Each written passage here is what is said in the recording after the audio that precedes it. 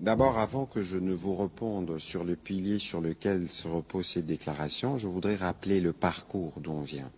Il ne faut pas oublier que les discussions qui ont commencé à Doha entre le représentant du gouvernement et ceux de l'AFCM 23 ont fait suite à la rencontre qu'il y a eu entre le président de la République, Félix-Antoine Tshisekedi Tshilombo, le président du Rwanda et l'émir du Qatar le 18 mars.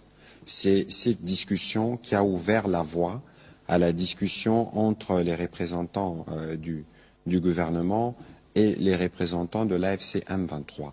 Plus tard, le 25 avril, on a sorti une déclaration conjointe entre les deux parties qui fixait les principes et les objectifs d'où nous allons.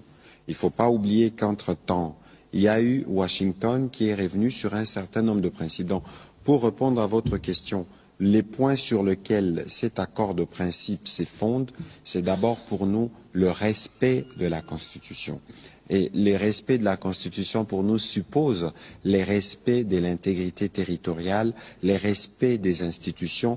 Donc il n'y a rien qui ne peut être entrepris qui va troubler ou perturber l'ordre constitutionnel que nous avons. Ensuite, nous avons rappelé d'autres instruments, la Charte de l'Union africaine, la Charte des Nations unies, la résolution 2773 que nous avons obtenu grâce à un travail diplomatique soutenu, porté par lui-même le président de la République. Et donc l'accord de principe qui vient d'être signé tout à l'heure à Doha fait suite à tous ces processus qui a commencé depuis maintenant, s'il faut compter à partir du mois de mars, depuis maintenant 4 mois.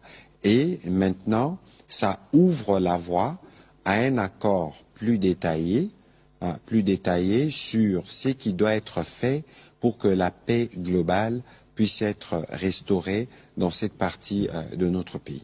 Alors, Monsieur le